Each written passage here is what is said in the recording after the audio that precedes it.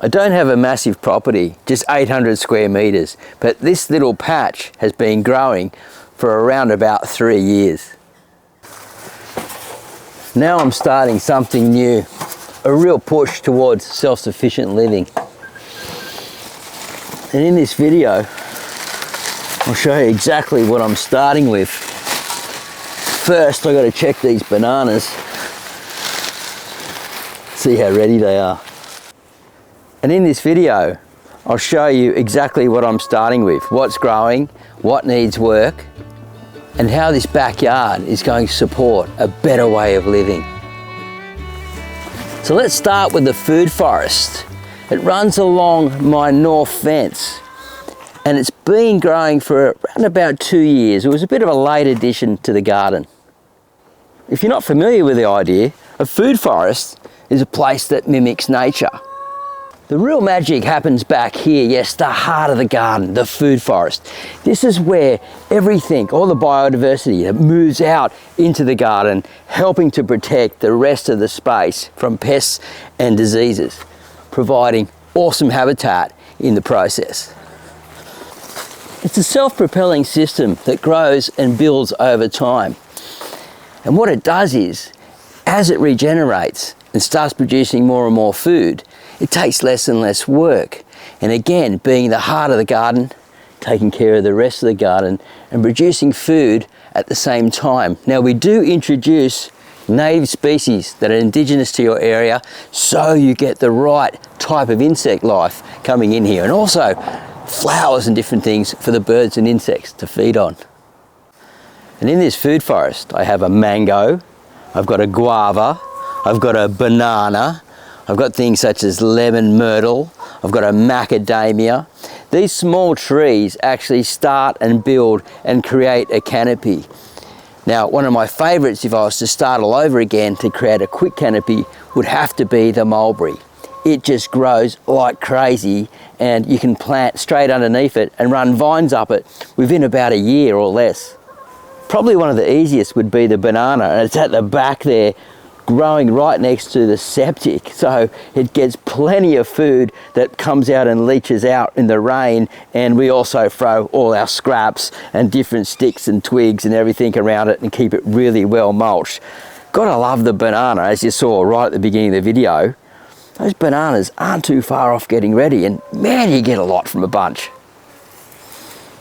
So this part of the food forest is still in developing stages. As you can see, I've got a garden bed running down on my side here. And next, under the fence, I'm building out more habitat and more trees and more layers. And down below, I'll be planting out different plants that love the shade, such as gingers and betel leaf, different herbs and things like that. And even stuff that I can put in here and pull out and feed my chickens.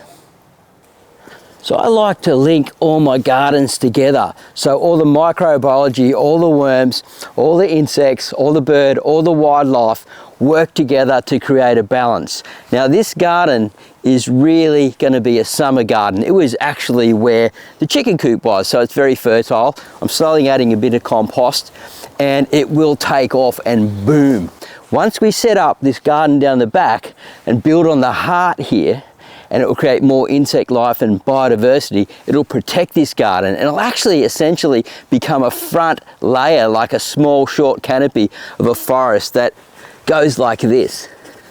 So the forest goes like this. Remember, we said we mimic the forest? Well, the taller trees in the middle, and slowly, the smaller trees at the front, and you allow the light to come in from all sides, because when it's like this, the light reflects down and it creates awesome habitat and lots of food for, yeah, basically for pennies on the dollar and not a lot of work. So in the food forest, we're creating layers, and I like to actually have mother plants, and I can use these plants, these mother plants, throughout the garden. So come and have a look at one of these mother plants that will add on to the food forest and be used in other parts of the garden. It's a lemongrass. So this is the lemongrass, and these are mother plants that are going to be planted in the sunny parts on the edges of the food forest and also around the garden. And I'll keep some in pots for future reference and as mother plants. Now these are growing in big containers, big deep wells with water wells down below so they can suck up as much moisture as they need. They're growing in my homemade compost that I've made and I sell here, and at the moment they're getting about 3 or 4 hours sunlight a day. The light's just starting to come across as we speak. Now they're doing pretty good for winter. They could do with a cutback. You can use them as a mulch as well, and you can use not only this for cooking, for making, you know, all different types of recipes, but you can use the leaves and make a really beautiful tea. And they tell me it's full of vitamin A. Over here is my area for my fruit trees. I've got a mandarin in the ground, a mandarin in the pot. I've got this large Tahitian citrus tree here. Look at the size of this thing, just over 2 years old. I've also got a dwarf lemon mire down towards the front, and I keep it fairly close to the house so we can come out and just pick and harvest, come and make different drinks, juices, and eat fresh fruit. What can be better than fresh fruit? I don't know. It's pretty damn good, I reckon. So what's the secret to my giant Tahitian lime tree that is just over 2 years old? Well, it's really about 2 years old. There's the graft right there. And what I do is I fill it right up with compost out as far to the drip line as I can and pile it much more higher than people think.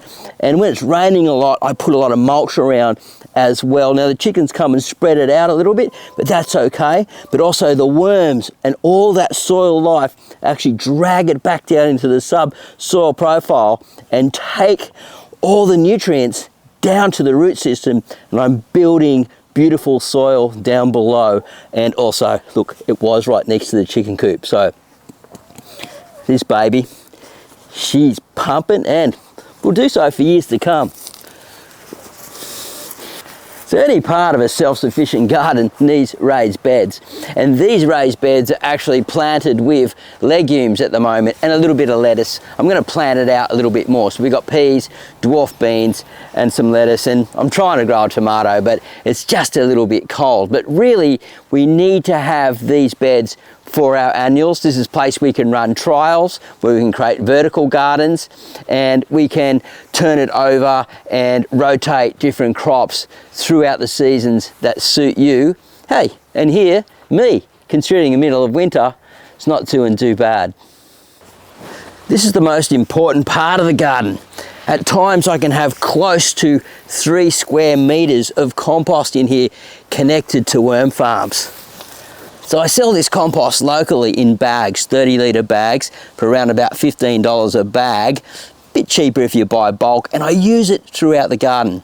It contains chicken manure, mushroom compost, and aged cow manure.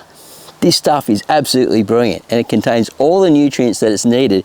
And I compost it in a wood chip blend and age it here on this site, which is surrounded by worm farms, and when it's raining they move in and out through the system, laying their castings and making it more and more fertile. These are my in-ground worm farms, and they're connected to the compost. As I'm worm farming and as I'm collecting compost and I find worms, I throw them back in here. They move back in and out, and the big ones leave after they've dropped lots of cocoons and castings in here, making it more fertile. I can then pull this apart, put it back in through the compost again, and start all over again, approximately anywhere from 6 weeks to 3 months. And I have about 4 or 5 of these, plus 2 other sub pods connected. And over there I've got tiered worm farms, which are the worms where I make not only worm teas in different blends and breed worms. I keep my stocks accordingly so I don't run out of stock here in my compost area, because this is much harder to maintain and keep them alive. The little tiered ones, they do great. So my goals here for this garden are simple. Keep the annuals going, keep adding to the raised beds, build out on the forest area so it keeps producing food, and take care of the garden slowly and naturally just over time, and not extend myself out too far. Now this is a part of a 10-part series. It's video 2. And if you'd like to support the series, there's links in the description so you can do so via the Buy Me a Coffee page. I'm going to have plenty more content coming up. We've got lots more to show you. I really only got about 1/3 around the garden and everything's growing here, but we're going to have some tours coming up and and more educational content about creating a self-sufficient dream. So you can follow along, learn, implement, and grow along too. Have a great day, happy gardening, and we'll see you at the next video real soon. Bye for now.